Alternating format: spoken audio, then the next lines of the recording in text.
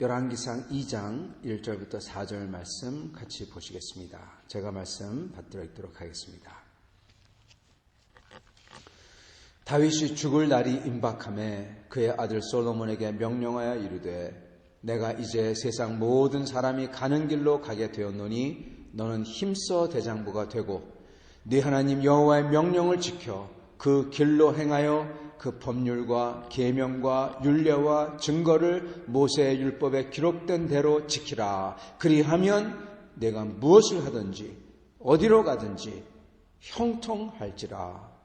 여호와께서 내 일에 대하여 말씀하시기를 만일 네 자손들이 그들의 길을 삼가 마음을 다하고 성품을 다하고 진실하게 내 앞에서 행하면 이스라엘 왕위에 오를 사람이 네게서 끊어지지 아니하리라 하신 말씀을 확실히 이루게 하시리라. 아멘. 오늘 말씀은 다윗의 아들을 향한 마지막 유언과 충고입니다. 마지막 유언과 충고. 오늘 이걸 통해서 저희에게도 하나님이 다윗을 통해서 솔로몬에게 주신 그 약속이 온전하게 이루어지기를 소원합니다. 오늘 하나님께서는 다윗에게 아주 중요한 말씀을 주십니다. 사람들은 이거를 보고 그냥 흔하게 다윗이 그냥 흔히 하는 말이다 생각할 수 있는데, 왜냐하면 항상 그렇지만은 하나님의 율법을 따르면 하나님 축복해 주신다 이렇게 생각하는데, 여기에 사실 이 짧은 구절에 제가 볼 때는 다윗의 모든 하나님을 아는 그러한 관계와 약속과 다윗의 신앙이 녹아 들어가 있다 저희는 믿습니다. 그래서 이거를 여러분과 같이 나누고자 합니다. 먼저 다윗이 보면요, 뭐라고 하냐면 크게 다윗이 이 세 가지를 말합니다. 첫째는 너는 힘써 대장부가 되라. 이 얘기는 뭐냐? 힘을 써서 노력하라는 얘기입니다. 온 힘을 다해서 노력해라. 네가 그렇게 느끼는 안 느끼는 상관없다. 하라. 뭐냐? 담대하라. 이겁니다. 대장부가 되라, 담대하라. 어디서 많이 들었죠? 여호수아가 한 말이 딱 그거죠. 담대하라 그랬잖아요. 담대하라. 첫 번째는 담대하라요. 네가 어떻게든 상관없이 담대하라. 두 번째 말은요, 뭐냐면 하나님이 하나님의 언약을 통해서 기록된 말씀을 통해서 모세와 여호수아에게 그리고 고로 다윗에게 주신 율법에 기록된 하나님 말씀에 기록된 약속, 이 약속을 주고요. 첫째는 다윗이 솔로몬에게 담대하라. 둘째는 하나님 말씀, 성경의 약속이다. 셋째는 다윗의 개인적인 경험의 약속을 줍니다. 그래서 이 첫째, 다윗이 먼저 솔로몬에게 반드시 가져야 되는 것, 그게 돼야지 모든 게 이 조건들이 이게 이루어질 수 있는 조건이 된다는 겁니다. 그 다음에 하나님의 성경의 말씀의 약속을 주고 그 다음에 다윗의 퍼스널 약속을 줍니다. 그래서 굉장히 이게 아주 의미가 깊습니다. 먼저 다윗이 하는 말이 먼저 하는 말 전에 다윗이 자기가 죽을 날이 임박하여 자기가 죽을 날을 아는 것입니다. 먼저. 여러분, 죽을 날을 알 때 저희는 어떻게 됩니까? 저희는 겸손할 수가 있고 진지해질 수가 있습니다. 성도 여러분, 저희가 보면요, 저희가 정말 하나님 앞에 다윗이 겸손할 수 있었던 이유는 자기가 죽을 것을 알기 때문에 그래요. 저희가 정말 주님 앞에서 신앙생활을 하려면요, 사도 바울이 항상 그러시죠. 내가 그리스도 안에서 죽었노니 내가 매일 죽노라. 죽는 얘기를 많이 하세요. 이게 무슨 얘기냐? 자기가 주님 앞에서 혈과 육이 죽는 것입니다. 자기가 교만을 내려놓고 자기의 그 열과 자기의 그 여러 가지 그 혈기를 다 내려놓는 것입니다. 그게 죽어야만 됩니다. 그게 펄펄 살아있으면 하나님을 섬길 수가 없어요. 하나님을 섬기더라도 자기 멋대로 합니다. 교회에 결코 도움이 안 됩니다. 예배에 도움도 안 되고 섬기는데 도움도 안 되고, 저희가 매일같이 죽어야 되는데 다윗도 죽는 겁니다. 죽는 것을 아는 겁니다. 여러분, 이렇게 죽을 줄 알아야지 자기는 겸손할 수 있고, 그리고 또한 죽을 줄 알아야지 사람들 앞에서 섬길 수가 있는 것입니다. 다윗은 지금 세상 사람이 모든 길로 가게 되었다. 죽음을 임박하는 걸 앞두고 정말 진지하게 자기 아들에게, 그리고 또한 하나님의 나라를 이어받을, 통치할 그 다음에게, 하나님 나라를 통치할 사람에게 자기의 그 인생의 비법을 지금 남겨주고 있는 것입니다. 그러나 이게 먼저 되기 위해서는 참으로 자기가 죽어야 됩니다. 솔로몬은 이것을 사실은 물론 끝을 보면은 우리가 어떻게 되는지 알죠. 그러나 다윗은 이거를 드디어 성취한 거예요. 다윗은 처음부터 죽었지만, 왜냐하면 목동이기 때문에 자랑할 게 없어요. 남하고 다툴 게 없어요. 목동은 그 당시 최하의 직종이었습니다. 그렇기 때문에 그 자기가 어디서 온 줄 알기 때문에 처음부터 겸손했고, 그리고 죽을 때까지도, 특히 죽을 때에 다윗은 더욱더 더 이 자기가 죽는 것을, 자기가 혈기가 죽고 완전히 주님 앞에 내려가는 것을 지금 이루고 있는 것입니다. 그러한 상태에서 이 다윗이 솔로몬에게 말을 합니다. 이 마치 아비가 혼자 남을 애에게 얘기하듯이 뭐라고 하냐, 마음이 강해져라. 너는 힘써 대장부가 되라. 이게 첫째 말이에요. 어떻게 보면 이게 아버지가 아들에게 염려가 돼가지고 안쓰러워서 그 아들을 보면서 아직도 모자란 게 많고 내가 가면 너는 어떡하지? 그러한 마음으로 애야 강해져야 된다, 그렇게 말하는 것 같습니다.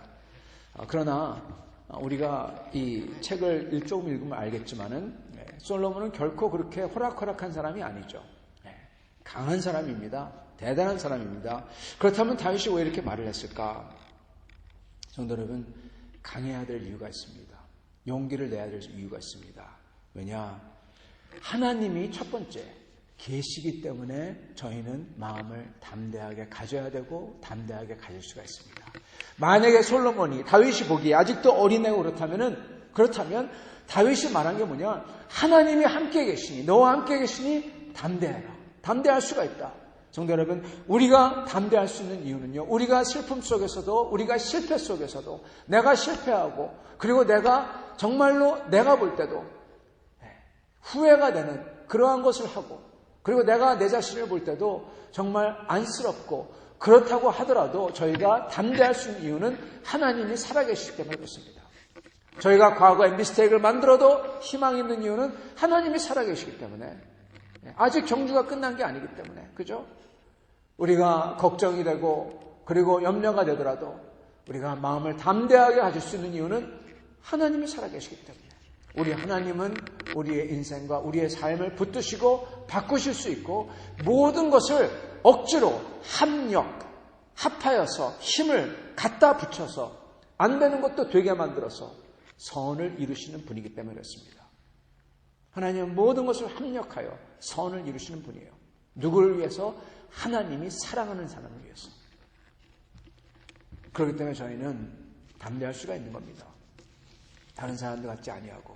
그래서 다윗이 첫째 담대하라고 하고요, 하나님이 계시기 때문에. 둘째는 여러분, 하나님을 섬기기 위해서 담대해야만 하나님의 일을 감당할 수 있기 때문에 담대하라라고 하는 것입니다. 여러분, 저희는 담대하지 아니하면 하나님의 일을 감당할 수가 없어요. 왜요? 하나님이 안 보이거든요. 누가 보입니까? 사람들이 보여요. 여론이 보여요. 세상에 돌아가는 게 보여요. 그래서 그거에 타협하고 그거를 쫓아가고 그리고 그거를 두려워합니다. 여러분, 솔로몬은요, 이 공적 피규어, 공적 사람이 된다는 것은 그 모든 사람의 시선을 다 받고 모든 사람의 눈치를 다 봐야 되는 거예요. 어떻게 얘기하면요, 솔로몬은 왕으로서, 리더로서, 그 나라를 통솔하는 통수권자로서 모든 사람의 눈치와 압력을 다 받고 있는 겁니다. 그러면은 참 리더하기가 힘 쉽지 않죠. 특히 하나님의 일을 하고자 할 때 사람의 반대에 부딪히면 못합니다. 하나님의 일을 감당하려면 참으로 하나님만 두려워해야 되고, 하나님이 사람들과 인간과 그 사회와 정치와 그 모든 것보다 더 크게 보여야 돼요. 다윗의 눈에는, 이 목동 다윗의 눈에는요, 항상 하나님이 제일 크게 보였어요. 광야에서 양을 치는데 여러분 뭐가 제일 크게 보입니까? 하나님이 제일 크게 보이는 거예요. 그게 그의 인생 동안 계속해서 사울 왕에게 쫓겨다녀도 하나님이 제일 크게 보였고 쫓겨다닐수록 더 크게 보였고 왕이 되고 나서도 참으로 다행히 감사하게 하나님이 제일 크게 보였다는 겁니다. 어쩌면 그의 밧세바의 그 죄를 통해서 그가 회개하며 그 계속 연단하시는 하나님을 통해서 하나님이 얼마나 큰지 계속 보면서 하나님을 따라왔던 게 바로 다윗인 것입니다. 그래서 저희가 하나님을 섬기려면은 저희는 담대해야 되는 것입니다. 직접 담대하게 하나님을 알 때야만 이게 하나님을 섬기는 게 가능합니다. 그리고 저희가 그렇게 하나님을 담대하게 섬기려면요, 뭐가 돼야 되냐? 이게 약간 circular reasoning, 약간 돌고 도는 것 같은데, 계란이 먼저냐, 닭이 먼저나 그런 것 같은데, 성도님, 저희가 하나님을 담대하게 섬기려면은 저희가 죽어야 됩니다. 겸손해야 됩니다. 겸손과 담대함이 여러분, 이 같이 가요. 죽지 아니하면 담대할 수가 없어요. 내가 죽지 아니하면. 내가 죽어야, 내가 죽기를 각오해야 하나님 앞에서 담대할 수가 있는 거고, 모든 사람들 앞에 담대할 수가 있는 거고, 그죠? 죽기를 각오해야 담대할 수가 있는 거죠. 그리고 죽어야만 하나님을 섬길 수가 있고, 그리고 또한 담대해야만 하나님을 온전하게, 인간을 섬기지 않고 하나님만을 섬길 수가 있는 것입니다. 그래서 다윗이 솔로몬에게 너는 힘써 대장부가 되고 너는 힘써 담대하라. 그 이유는 네가 어떻게 느끼든지 상관없이 너는 주 안에서 용기를 내어 하나님을 섬겨라. 그 뜻인 것입니다. 그게 첫 번째 전제예요. 저희가 하나님을 섬기려면 오직 인간 아닌 하나님을 보고 하나님을 봐야 되고, 인간을 두려워하면 안 되고, 그리고 또한 그러기 위해서는 내가 내 혈과 육과 내 모든 고집과 아집과 그러한 것이 죽어야만 되는 것입니다. 그래서 너는 죽고 너는 담대하고 그 말씀하고 있는 거예요. 그게 전제 조건인 것입니다. 그런 다음에 해야 되는 것은 3절, 이거는 성경의 약속이죠. 네 하나님 여호와의 명령을 지켜 그 길로 행하여. 하나님의 길로 행한다. 하나님을 따른다. 주님과 동행한다. 사람이 말합니다.